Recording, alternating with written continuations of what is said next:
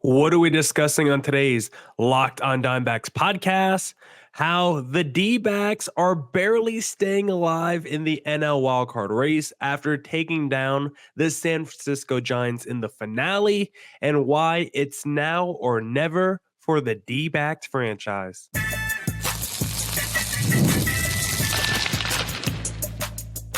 You are Locked on Diamondbacks, your daily Arizona Diamondbacks podcast. Part of the Locked On Podcast Network, your team every day. Welcome into the Locked on Diamondbacks podcast, part of the Locked On Podcast Network, your team every day. You're listening to who? The always charismatic host of this podcast, Millard Thomas. I'm a multimedia journalist and I'm a graphic designer, so please go check out my website, millardthomas24.myportfolio.com. On there, you can see all my latest work, from my packages to my articles to my photos and my graphic design. Today's episode is brought to you by Booking.com. Booking.yeah. The right stay can make you a fan of any city, even your baseball rivals. Book today on Booking.com, the official accommodation partner of Major League Baseball. Get the Booking.com app today. On today's Locked on Diamondbacks podcast, we'll talk about the D-backs versus Giants series, why it's now or never for this D-backs franchise, and who's in danger of not returning in 2025. Thank you for making Locked on Diamondbacks your first listen every day. I would not be able to do this podcast without you, my loyal listeners, sharing, subscribing, reviewing, doing all that so I could do this podcast for you. Thank you. It's free. It's available on all platforms. So please continue to tell your friends. And one of those platforms is YouTube. Please hit subscribe to Locked on Diamondbacks on YouTube. But now let's get into the Locked on Diamondbacks podcast, and let's talk about that D-backs versus Giants series and the finale, because the D-backs continue to stay alive in this wild card race after winning the finale against the Giants, as you can't expect the D-backs to do. We know they're a team that has scuffled and struggled at times, but one thing the D-backs have done consistently this season is avoid sweeps. Whenever they drop the first two games of a series, best believe they're going to win the finale. And that's what they did today. And with both the Mets and Braves not playing today because they play each other and their little game got postponed, D-backs actually gained a game on the Braves because of those two teams not playing. Just means the doubleheader will be coming in the future for those two teams. So D-backs now a game up on the Braves, still tied with the New York Mets in the NL wildcard race. And the D-backs continue to keep their hopes for the postseason still barely alive. They had a great game in the finale, 8-2, but the series overall, not a good showing by the D-backs, where you really needed a win, maybe not a sweep, but you needed 2 out of 3 against San Fran. You just need a winning record in your last two series, and the D-backs dropped the first two games against San Fran.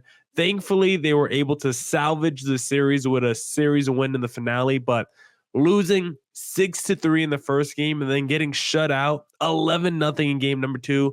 Really gross stuff by Arizona. We've seen some stuff where you question their urgency and just this team overall and their lackluster play. And tonight was a great showing that these guys are still battling. They're not trying to roll over. Like, despite the up and down nature of the team this month, this is a team that wants to be in the postseason. They're doing everything they can to get in the postseason. They're probably putting too much pressure on themselves to get in the playoffs, right? You do that scoreboard watching, and all of a sudden it gets into your head. It gets into your psyche, especially when you're a West Coast team like the D-backs, like the New York Mets and the Braves. Like, they're always playing earlier games than you. So when you go into your game as the D-backs and you look at the scoreboard and you already see Mets win, Braves win, like, that definitely affects your psyche. So for the D-backs, this was a good finale, good bounce back by them. They've been scuffling a little bit. They've been up and down. So with the Mets and the Braves taking a day off, D-backs really needed a victory. It would have been bad for those teams to take a day off.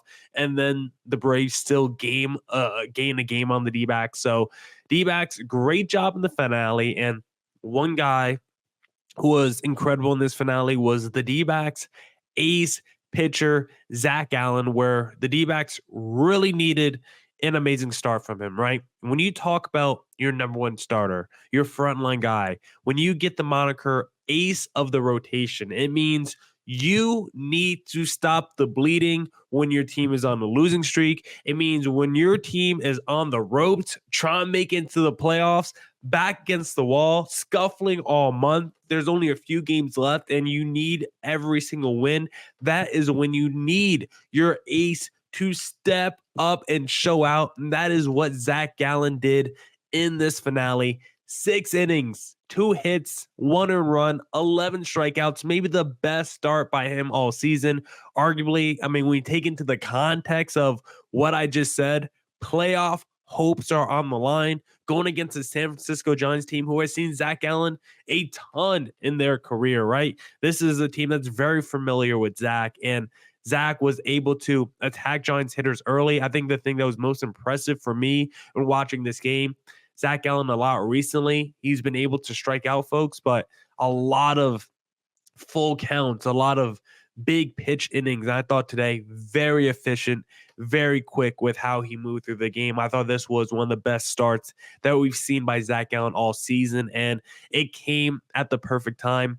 Right when the D-backs were desperate, right when the D-backs really needed a big win, Zach Gallen was able to step up in a big way, and it makes you feel good about the D-back chances if they can get into the postseason, because just like last year, I think if we could just get into the playoffs, I think the D-backs would be fine. The D-backs back into the postseason last year, then went on a run. I think that could happen again this season. Zach Gallen is starting to pitch better. We saw how he looked today in a big game. I think he started to figure something out over the course of the second half of the season.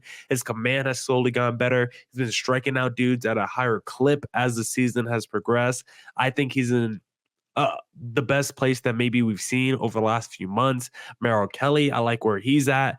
Fott's been a little bit more up and down, but the lineup is still very good despite it feeling like it having an up and down nature. Still number one in runs scored in the National League. So even though this team, the vibes right now around this team are not the best, very up and down the vibes surrounding this team, I still have a belief and a confidence in this D-backs team if they can make it to the postseason. Now, I don't have a lot of belief or confidence in that fact, the confidence in the D-backs winning enough games to make it to the postseason. I'm actually not feeling great about that. If we updated the panic meter today entering this last series, it would probably be at a 9. Like, I am feeling scared. I am nervous. My heart is racing.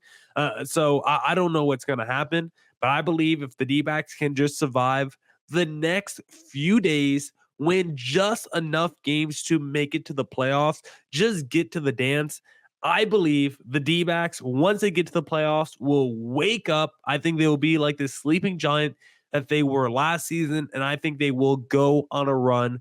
But you first have to make it to the postseason, and that's by taking down the San Diego Padres in the very next series. And we'll talk about why it's now or never for this D-backs franchise in segment number 2. And if you want to place a little wager on the D-backs taking down the Padres in the next series, then why not go to FanDuel Sportsbook and place a little wager? Because, hey, NFL fans, you can start the season with a big return on FanDuel, America's #1 sportsbook. So when you get a hunch in the middle of the game, you can check out the latest stats, view live play-by-play, and so much more on the same page where you place your bets. My favorite thing to do on FanDuel is the same game parlay. Give me the D-backs money line, give me Ketel Marte over on total RBIs, and give me Eugenio Suarez over on total bases. When that 3-leg hits, it brings a big smile to my face. If you want a big smile on your face, just visit FanDuel and get started with $200 in bonus bets guaranteed when you place your first $5 bet. That's FanDuel, America's #1 sportsbook. And also, if you like playing daily fantasy sports, then why not check out Prize Picks, because Prize Picks is America's #1 daily fantasy sports app with over 5 million active members. It is the easiest and most exciting way to play daily fantasy sports. Unlike other apps, on Prize Picks is just you against the numbers. All you do is pick more or less on 2 to 6 player stats and watch the winnings roll in. Prize Picks invented the flex play, which means you can still cash out your lineup even if it isn't perfect. You can double your money even if one of your picks doesn't hit. Prize Picks is the best way to get in on the action in most states, including California, Texas, and Georgia. Download the Prize Picks app today and use code LOCKEDONMLB and get $50 instantly when you play $5. That's code LOCKEDONMLB on Prize Picks to get $50 instantly when you play $5. You don't even need to win to receive the $50 bonus. It's guaranteed. Prize Picks, run your game. All right. Let's get back into the Locked on Diamondbacks podcast and let's talk about why it's now or never for this D-backs franchise, because right now, this D-backs team is facing a crossroad in its franchise's history. The crossroad is sustained legitimacy or fool's gold. That is what the two signs are saying at the crossroads right now. And for the D-backs, I think we all know which one we want, right? We want sustained legitimacy and not the fool's gold. But there is a world and a possibility where we wake up Monday morning and guess what? The D-backs are not in the postseason. That's a real possibility. We could spend the last few months watching this D-backs team, watching them become the best team since June 1st, arguably, and have the best offense in the sport all season long and have 90 wins potentially. And we could see this team wake up Monday morning and not be in the playoffs. And I will say that is a world I do not want to live in. I want to wake up in the world Monday morning where the defending NL champs are going back to the postseason. And this right now could be a historic moment for this franchise. With this weekend coming up against the San Diego Padres, this is one of the most pivotal weekend series we have ever seen in the D-backs franchise history. And I think it's way bigger than even, the playoff series that the D-backs face off last year in the final weekend against the Houston Astros, where that weekend also determined the D-backs postseason. But I think this one has even higher stakes because because the crossroad you're facing here if you're the D-backs is sustained legitimacy versus fool's gold. And what does that mean exactly? If you make it to the postseason, what that means for this franchise who has been so inept throughout their franchise's history. You look at since their inception of becoming an expansion team, this is only a team that's made it to the postseason a handful of times. This is a franchise that has never been to the playoffs in back-to-back seasons outside of the World Series in the year right after. This is a team that never goes to the postseason back-to-back years. So what this weekend symbolizes for this franchise's history is humongous. Are you going to make that left turn and go to the postseason and establish yourself as a contender for years to come with this young core in Corbin Carroll, who is locked up and not going anywhere? Ketel Marte's locked up. Moreno's going to be around for a while. You got Zach Gallen building.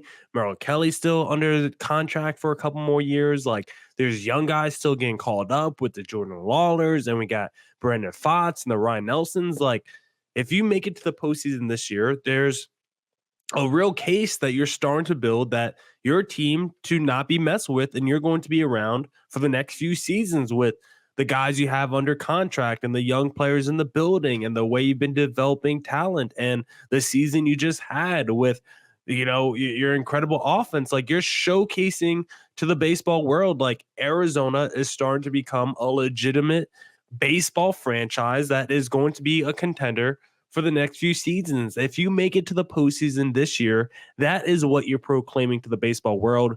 Start taking Arizona seriously. What we did in 2023 was not a fluke. We're going to be a team like how you talk about the Orioles as one of the teams on the rise for the next decade. And I talk about some of the other young teams around the sport. The D-backs don't always seem to be talked about like one of those franchises, and making it to the postseason this year will just further cement your proof for legitimacy. But missing the playoffs this year really hurts the credibility of this franchise. And it could come during a season where you win 90 games. And if you told any D-backs fan entering the season that the D-backs were going to win 90 games, they probably would have thought playoffs were going to be a lock, because the last couple of years, 90 games would have got you the top spot in the wild card race. And now you might not even make it to the postseason with 90 games. And so in a vacuum, 90 win season for the D-backs franchise, very successful. Most years that gets you to the postseason. But in this year's landscape, that would be a disappointment. And especially with how the month of September has gone, if you don't finish the month strong and you miss the postseason, it will really hurt this franchise. And I do think it will set it back a little bit, and it will greatly affect how we look at the offseason and the players who are returning and how maybe we're even viewed in the landscape of the sport by free agents. Like, I think it could have real reverberations throughout the rest of the franchise if you don't make it to the postseason. And just overall, the psyche of this team. Like, I don't want the boys to go through a season where you have this incredible high, incredible offense, play great the whole year, and then you miss the playoffs. I don't want that thing to be on their resume in a D-backs uniform. I think that's one of those things where, as a player, you start associating bad thoughts with the D-backs. Yes, we went to the World Series, but outside of that, it was a lot of years of disappointment. Like, you look at the Torey Lovullo track record, and there's a lot of good and bad mixed in. His first season, NL manager of the year 2017, goes to the postseason, can't battle against the Dodgers, but that's fine. 2018, major collapse in September, entered September like 15 games above 500, 8-19 in the month of September, major collapse. 2019, solid season, mid 80 wins, but not really a true playoff contender. 2019, major disappointment during the COVID shortened season after trying to build something off 2019. 2021, one of the worst seasons in franchise history. 2022, start to build something. Then we have that breakout 2023. And now we're here in 2024, and we say, you know what? It's been a roller coaster ride during the Lovullo tenure, but you get us to the postseason 2024 after coming off a World Series, and Torey Lovullo would feel goated among D-backs managers and just in D-backs lore. But you miss the postseason after being incredible all year, and you kind of have a mini collapse in September, and it wouldn't be your first collapse in D-backs franchise history. All of a sudden, the Torey Lovullo tenure looks a little dimmer. So if you're talking about this D-backs franchise, this upcoming weekend series against the San Diego Padres, so pivotal in what this franchise history means and the stakes of the future moving forward. When we talk about building a legitimate contender in the desert for the next few years, starting with this year's postseason after going to the World Series last year, so important to this franchise. Do not miss the postseason. Do not get swept by the San Diego Padres, or whatever you do, wake up Monday morning in the postseason, because I think it will mean so much to the future of the Arizona Diamondbacks. And now we'll talk about the players who could be in danger of not returning in 2025 if the D-backs miss out on the playoffs. But hey, today's episode is brought to you by Booking.com. Booking.yeah. Explore those U.S. cities you always want to secretly learn more about. With hotels, bed and breakfast, vacation rentals, resorts, and so much more on Booking.com, you might just find your perfect stay, even in your baseball rival city during postseason. With Booking.com, wide variety of choices across the U.S., you can go incognito to all of your baseball rival cities. Booking.com delivers exactly the right U.S. stay for you. No matter what team you're rooting for this postseason, Booking.com can make you a fan of any U.S. city. The right stay can make you a fan of any U.S. city, even your baseball rivals. Check out Booking.com, Booking.yeah. All right. Let's get back into the Locked On Diamondbacks podcast, and let's discuss some guys who could be in danger of not returning to the D-backs in 2025 if we miss out on the postseason, because I think for a variety of factors, depending on their play, depending on their contract, these are guys who are in danger of not returning to the D-backs next season. And I will tell you, Christian Walker is not on my list, even though he's a free agent and clearly someone that you would think would fit this exercise.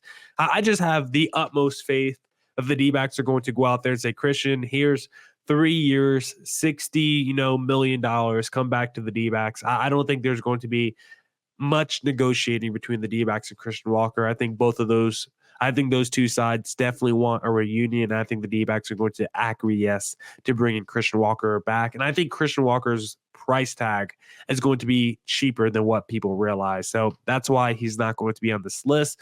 The first person I want to talk about is actually a pair of people. I'm going to be cheating a little bit, but I'm going with the DH position. Randall Grichuk and Jock Peterson.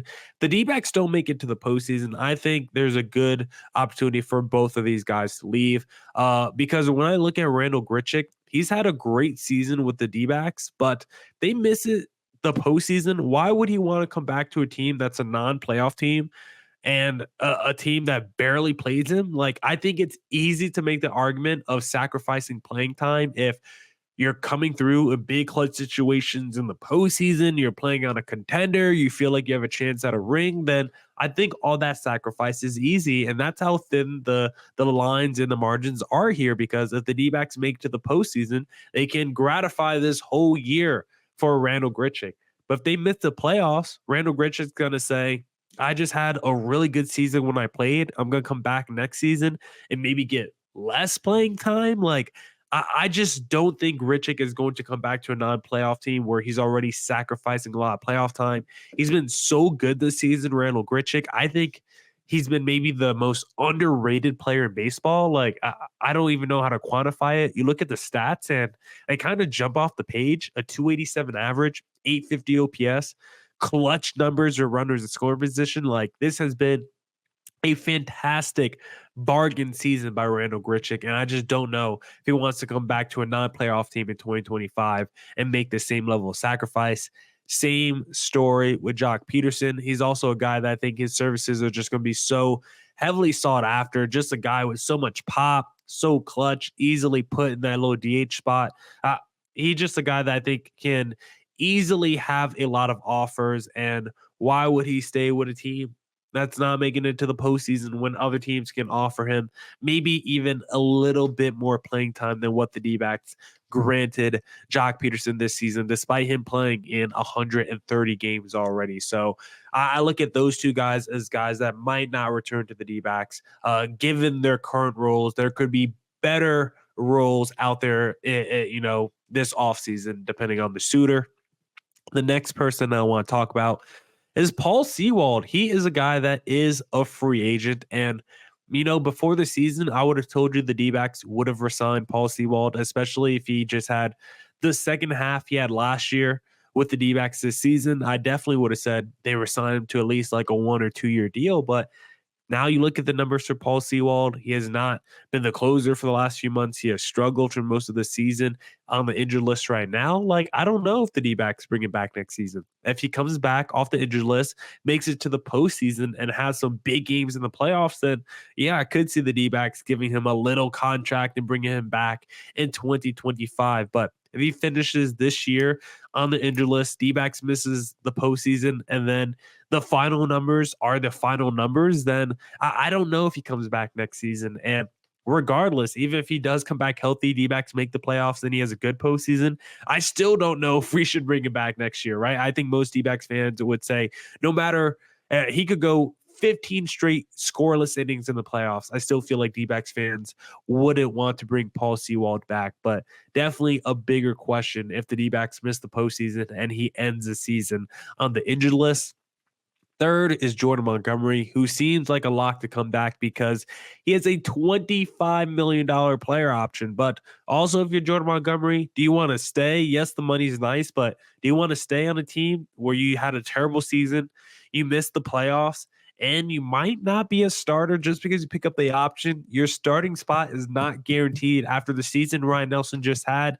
He is deserving to fight for that last spot in the rotation next season. So if you're Monty, maybe you just want to take a 1 year prove-it deal this offseason instead of potentially having to battle for the final spot in the rotation next season, like that might just be beneath you. If you're Jordan Montgomery, it might just be better to take a guaranteed spot from someone else in their starting rotation. So I think Monty's another guy that is on the fence of could stay, could go, but I think the $25 million option that he has definitely makes it enticing for him to stay with the D-backs. Then the final guy is not a player, but Torey Lovello. I think definitely on the hot seat. I will say all signs indicate to him returning, regardless of the D-backs making the postseason or not next year. But I do think there's a 5% chance that D-backs collapse, miss the postseason, and they say, you know what, Torey, maybe we send you off to greener pastures and maybe we don't bring you back in 2025. I don't think the chances are high. I don't think it's a high possibility. I think it's very, very low. But I do think there is a world where the D-backs say, you got to make a change. You can't have that whole season and then end it the way it did. You have to do something entering the offseason, and that's maybe moving off of Torey Lovello, even though I think that's a super, super low possibility, but did want to throw the idea out there. And that's it for this edition of the Locked On Diamondbacks podcast. Come back tomorrow for more Diamondbacks news coverage and insight. We'll be talking with Javier Reyes of Locked On Padres, doing a little crossover for the final regular season series of the year. And as always, stay safe, stay healthy. Doses.